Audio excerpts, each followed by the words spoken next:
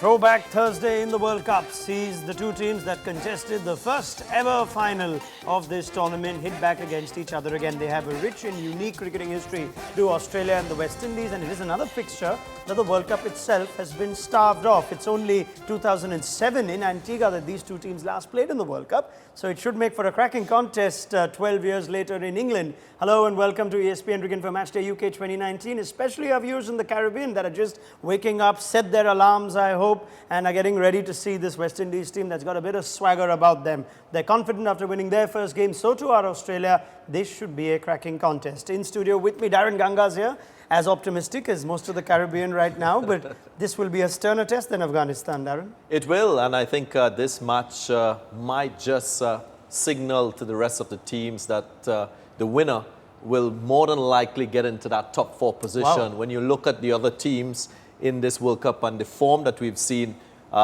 these are two of the more informed teams, you would say. A significant match for the West Indies. The last time they would have played against Australia would have been, I think, in 2016 in a one-day international series, and it's the 800th one-day international match for the West Indies. So they will want to make it very special, I would say. Oh, you brought in the very best today. You brought in all the toys today, Darren Ganga. I can't imagine what it would do for the rest of the World Cup for the West Indies if they beat Australia today. It would send a real message.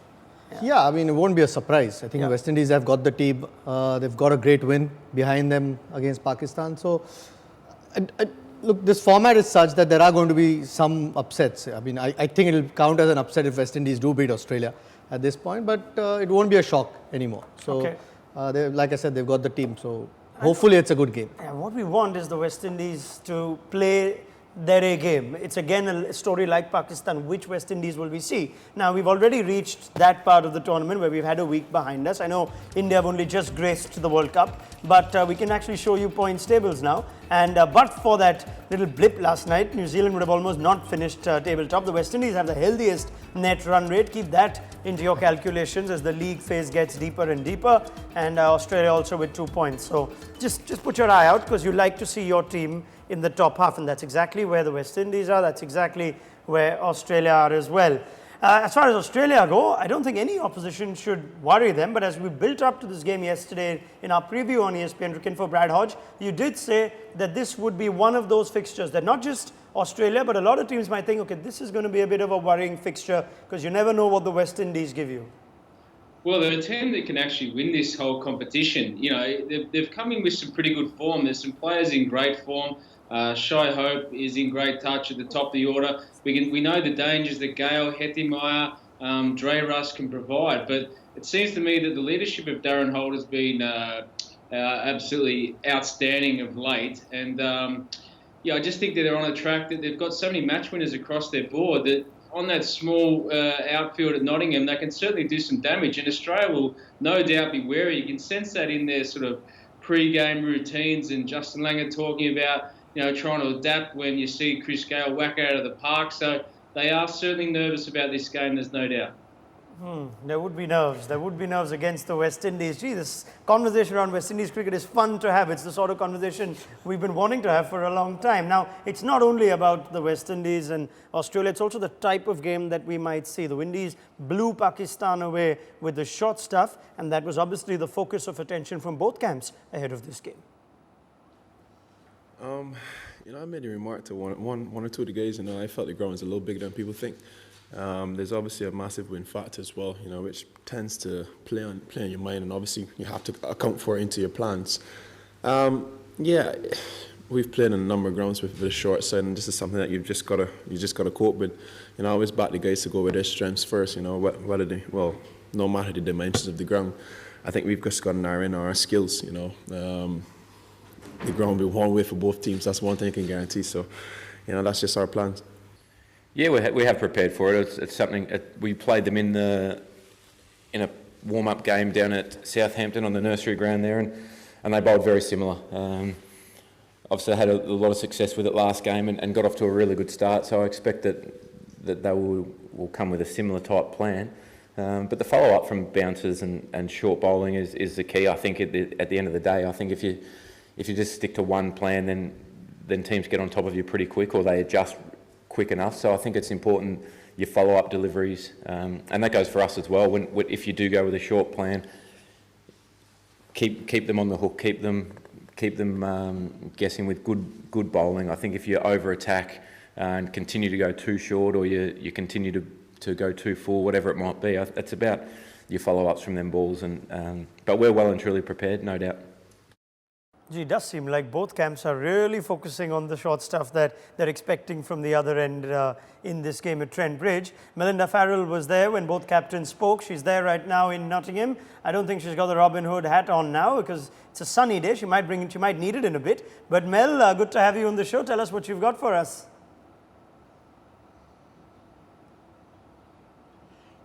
As you heard, there has been a lot of discussion about the short ball. Carlos Brathwaite made an interesting comment the other day, though. He said it's often about the 4 balls in between, if you're talking about out-and-out bouncers, those 4 balls in between and just how well you can set them up. But all the conditions really here are right for that kind of aggressive contest. It wasn't just the West Indies who used the short ball in their first game. Australia did that very much against Afghanistan. Something like 18% of their deliveries were short against Afghanistan. So it's very much a theme here. The weather is good today. They are also on that pitch. Pitch number 6, the record pitch, the 481 pitch. I've never known a pitch that's had so many nicknames, but that is the pitch that they will be on again. And the short boundaries as well. It just seems like all of those things are coming together to suggest a lot of aggression in this game, particularly early on. I think we'll see quite a bit of feeling out by both sides. And also, you heard them mentioning Dre Russ in there. I tell you what, all I can say about Dre Russ, he is the one who really, with that 3-over spell in the first match, really broke things apart against Pakistan with the short balls. After the match, I'm telling you, he was walking around out here and he looked for all the world like his knees were made of poppadoms. You could almost hear them crashing with each particular step, torturous step. He looked absolutely fine yesterday.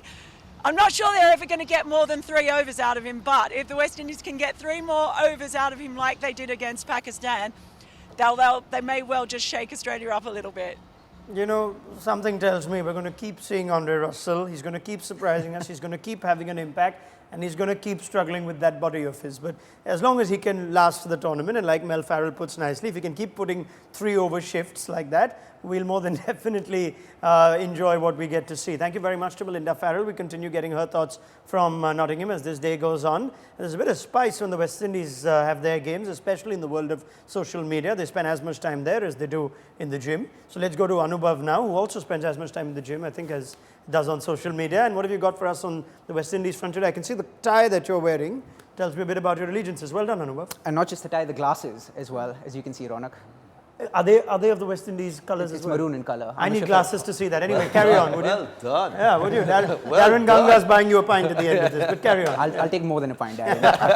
Thank you so much, Ronak. Welcome back to the Social Corner, which is gaining steam as the World Cup is heating up. We're going to kick things off with Pat Cummins, who recently made a quote where he says that Chris Gayle is Mr. Worldwide, which is actually mocking Chris Gayle because Chris Gayle refers to himself as the universe boss. And while the Aussies were pretty busy flinging jibes at Chris Gayle was enjoying the vibes at a recent Sean Paul concert in Nottingham.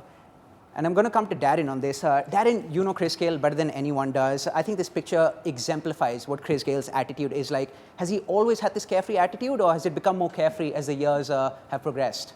Yeah, he has. I had the chance of playing under 19 cricket with Chris Gayle, under 19 World Cup, and about 10 years alongside him.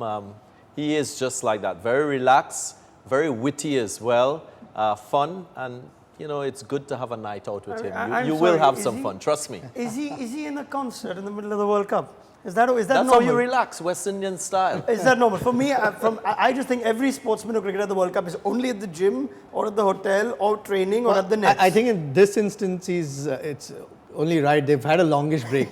They do that when they have a couple of days break. When you had a longish break, were you guys allowed to go to You had a long break. I can't remember getting a 5-day break in the middle of World Cup. You got it in 2007, but that was after So the we were group sent stage. home. Sorry, yeah. Carry on, Anubhav. Yeah.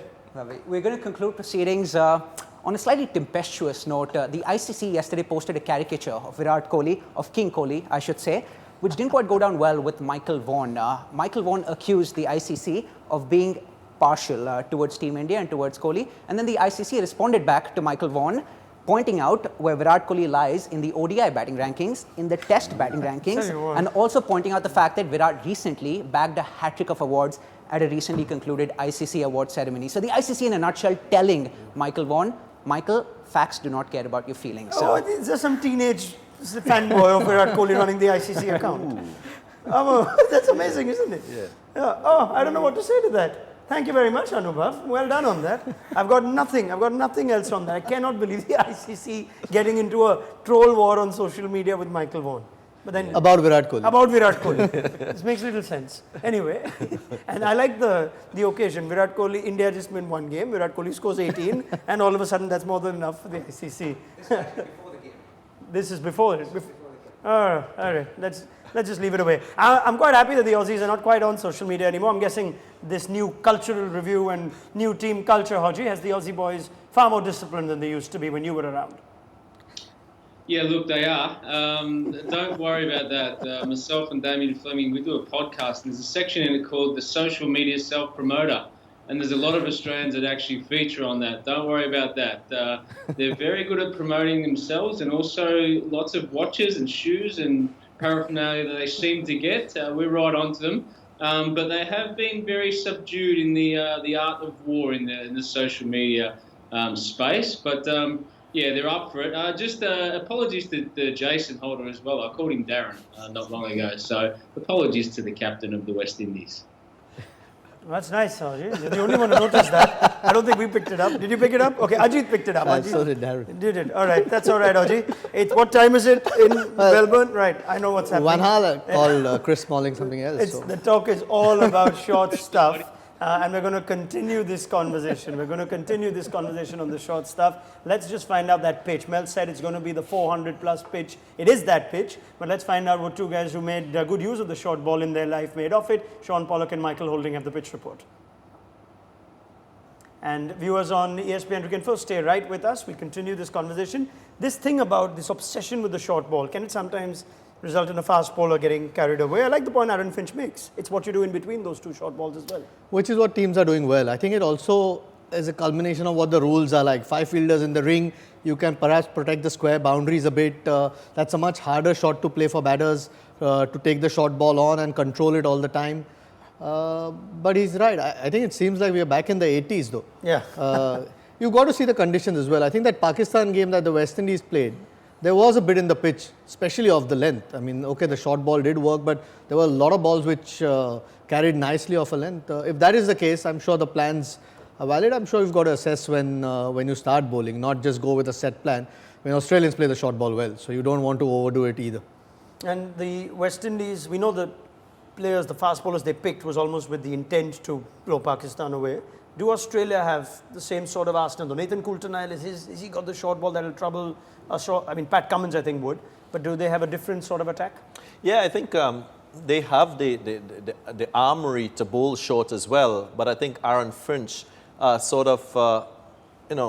gave an indication as to what Australia approach will be, because just hold it was that controlled. Thought. We'll come back to it, and we're focusing on the pitch, and it is a pitch that both Michael Holding and Sean Pollock think is going to be good for batting. We will find out which team has won the toss, and we will carry on that conversation with Darren Ganga about the contrasting styles of fast bowling. What sort of approach will they take as a fast bowler? Ajit will talk about it. Toss coming up on the other side. Stay with us on ESPNcricinfo Matchday.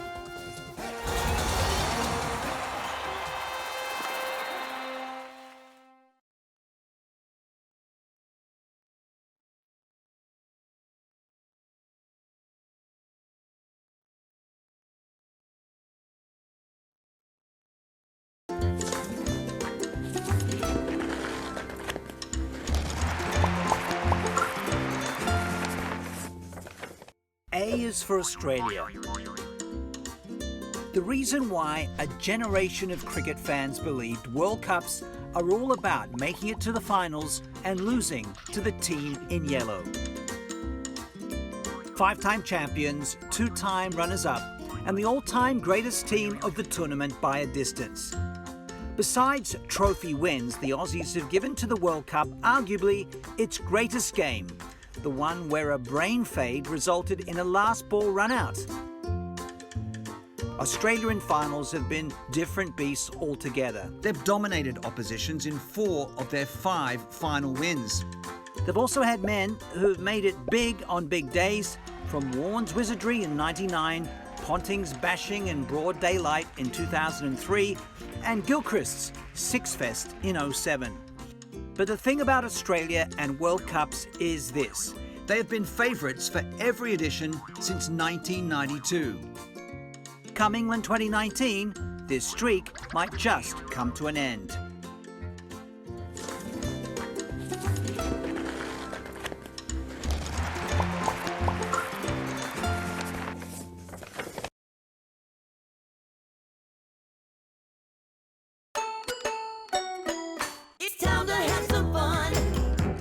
No cricketer loves a World Cup final more than Adam Gilchrist.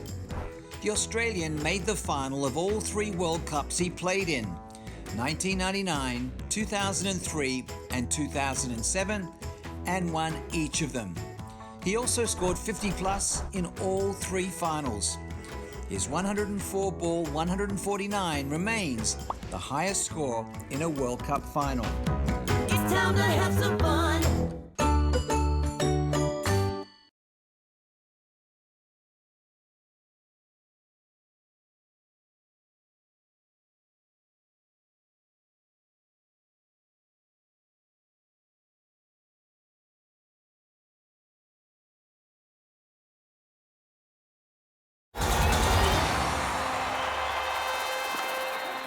Good to have you back on ESPNcricinfo Matchday UK 2019. There's a serious anticipation around this fixture, Australia v West Indies. There's a lot of build-up to it. The toss will play a key role. It's time to go to Trent Bridge now, where both the captains are with Ian Bishop for views in the Caribbean. And viewers on ESPNcricinfo, stay right with us. We're going to speak of the importance of this toss. The weather looks like it's good, nice sunny day, and you were making a point a little earlier comparing the 2 seam attacks, Darren. Yeah, from the interview that Aaron Finch did, he spoke about being aggressive but having control with the aggression, and speaking about the deliveries that lead to that short ball being bowled. I think that's crucial. You've got to be smart, you've got to be disciplined and use your short delivery wisely. I think the West Indies, yes, they're known for playing fearless cricket, but there's a fine line between fearless and recklessness. Sure. And that is where I think the issue lies for the West Indies, both with their batting and their bowling. They've got to still remain smart about their approach.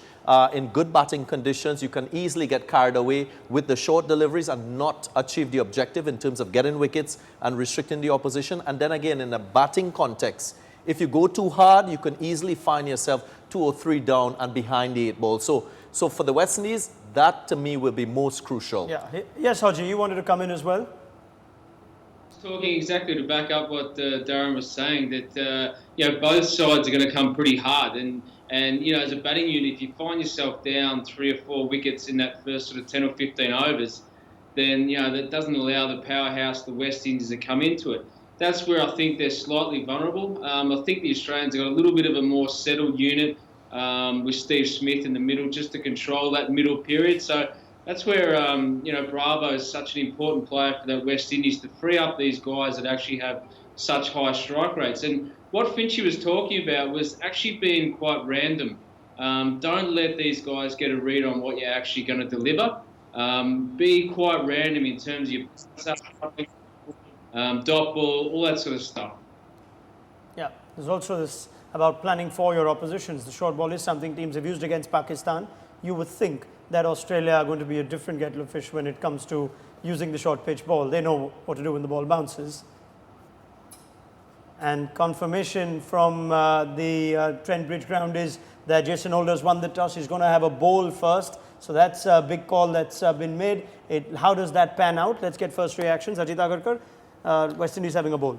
Yeah, I mean, whatever freshness there is available on that pitch, it looks like a really good day in Nottingham today. And unlike what they played against Pakistan, expect this pitch to be better. I think Mel told us that this was the pitch that they scored 481 on. Yeah. So, look, it's a tough ground to defend as well. So, it could end up being a good toss to win if they bowl well enough. We saw England against Pakistan. Yes. Even though England lost, they got close to that total in spite of losing wickets. I know England is a different batting unit at this stage, but could be a good toss. Yeah, that game comes to mind, doesn't it? England's strong attack wanted to use the short stuff against Pakistan, but also at the same time confirming just the one change for Jason Holder's team. And you can see Evan Lewis comes back. Chris Gayle, the only surviving member from that 2007 fixture from both teams, and he should partner Gayle and he should partner Evan Lewis at the top.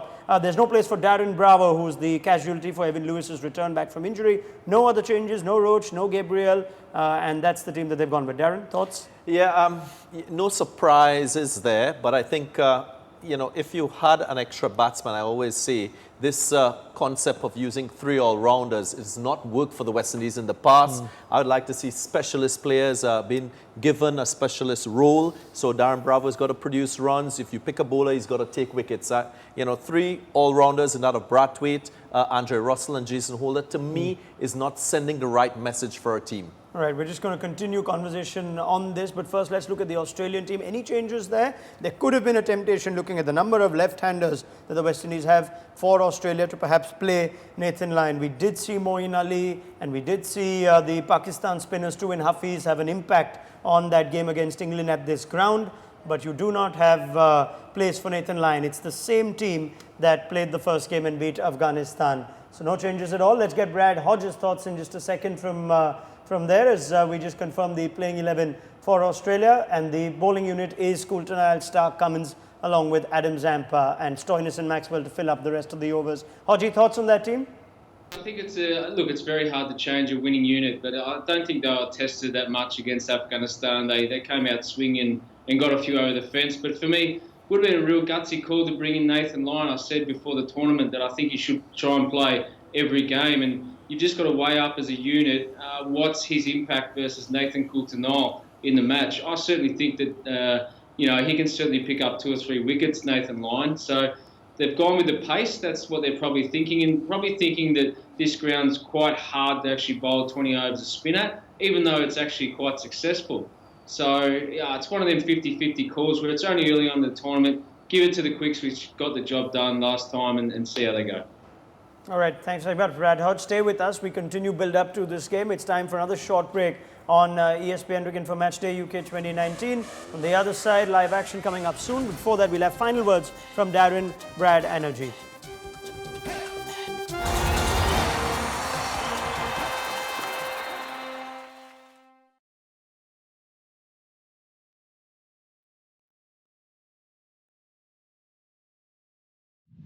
When our coach Jeff Marsh mentioned the 3 words that every Australian cricketer doesn't want to hear, it was total drinking ban. At the beginning of the 1999 World Cup, Australia coach Jeff Marsh announced the call to ban his squad from consuming alcohol. His decision was met with scepticism at first, but the players soon realised he was serious and had to adopt the policy all the way to the final. And the funny thing is, as Jeff Marsh mentioned the 2 words drinking, but he only got to before Tom Moody realised what he was going to say, hopped up and said, hang on, we need to talk about this. I looked around at the rest of the boys, they weren't happy. They were kicking the dirt, guys were shaking their head. Darren Lehman started crying. The drinking ban, was it worth paying for Australia? Luckily, Tom Moody got some concessions, but basically we'd had a drinking ban. On the serious note of that, however, if there is a serious note, I felt like we got to the biggest tournament of our lives and the captain and the coach have actually enforced something on us. Now,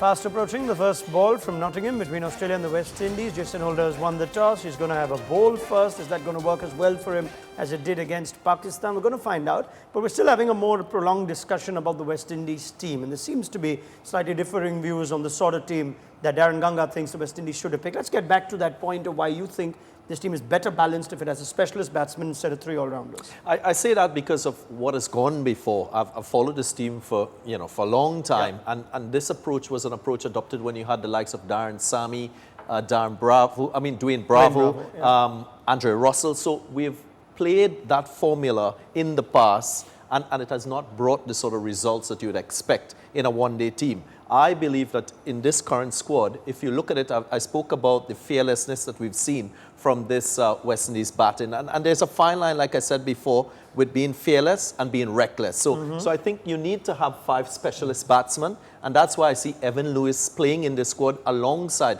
Darren Bravo as well. Young Pooran is your wicketkeeper at number 6. Yeah. And then you've got 2 all-rounders in that of Jason Holder and Andre Russell. And you add your 3 bowlers. Ashley Nurse, your spinning option. You have Cottrell and you have O'Shane Thomas. So you've got 5 specialist bowlers. When you're playing against a top team like Australia, you want to use all capacity within your final playing 11. You're saying that you'd rather have a proper batsman, but they still bat till 9. Even if they bring in that batsman, Ashley Nurse comes in at 9 who can hit it. We saw that in the India series too. You think, Ajit, they'd be better served with another outright bowler? Yeah, I mean, I know it's difficult. They've only played one game, and the performance that they've had, you don't want to make changes, just like Australia haven't. But I would have thought they'd maybe bring a Roach, or if Gabriel's fit, someone like him, to have another strike bowler.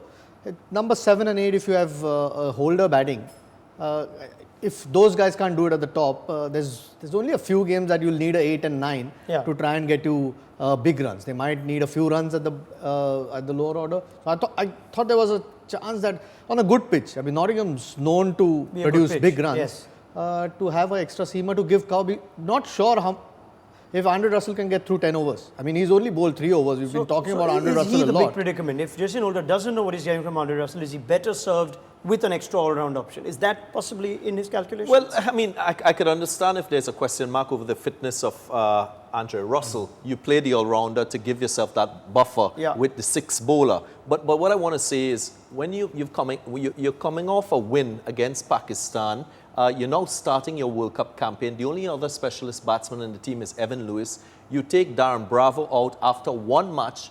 If you do need to make a change later in the competition, what's the mental state of a Darren Bravo? I don't think that is going to add any value to your team. So you don't want to rule your options out very early in a World Cup campaign. So I would have sort of persisted with Darren Bravo, give him another opportunity for him to get into form. This is a good batting surface. You look at that West Indies batting lineup and you look at players who can bat an entire 50 overs. You think of Shea Hope and you would think of Darren Bravo. All the other players are more impact players, are good strikers of the cricket ball. And I think that's an asset of this West Indian team you want to preserve. They hit a 6, I think, every 7 overs, every 42 balls, as against Australia, who hits a 6 or a boundary every 10 overs. So you still want to give those players like the Hepmeyer, the Gale, the Evan Lewis, the freedom to play in that style, because that's your strength as a team. This is a very intriguing conversation. I wonder if Brad Hodge can split the difference. Ajit Singh perhaps better served with an outright fast bowler. Darren, very detailed, Hodge, in saying that the pure batsman would serve them better. This power play sort of approach that they have, it's almost an intimidating message sent to the opposition. You're going to have Brathwaite, who's going to come 7-8. Even if they're 6 down, like we saw in the warm-up against New Zealand, albeit it was a warm-up, they're going to keep hitting and they get to 360, 380 that way. Where's the West Indies best balance for you? It looks like a T20 type format style they've gone in with, isn't it? But look, in 50 over cricket, you almost need that little glue in the middle, and I understand what Darren's talking about.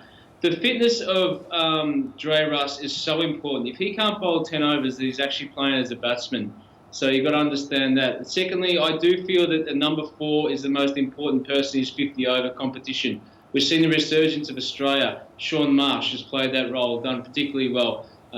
Steve Smith, smart head in the middle, has done that well. We've seen other Owen Morgan for England. So you've got to allow someone in that middle, that glue, to be able to let their freedom by whacking around. So, look, they've got the bowling, they've got the batting. Whether the combination is right is different.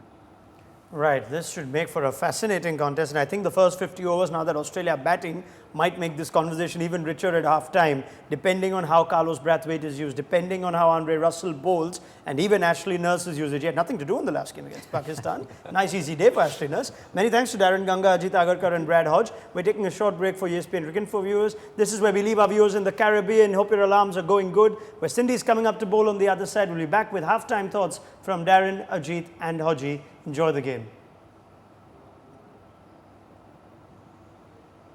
ESPNcricinfo viewers, stay right up. That's it. That's the only break I'm giving you because I want to continue this conversation. It's intriguing. It's super intriguing. The use of... Yes, Ajit. Yeah, sorry, the thing I'm talking about of extra bowler. Yes. I mean, at the moment you look at this attack, yeah, they've done well. You know, Cottrell, you know, can be a bit on and off on the day. Brathwaite, can you trust him again with 10 overs? So you think the fifth bowler would come for Brathwaite?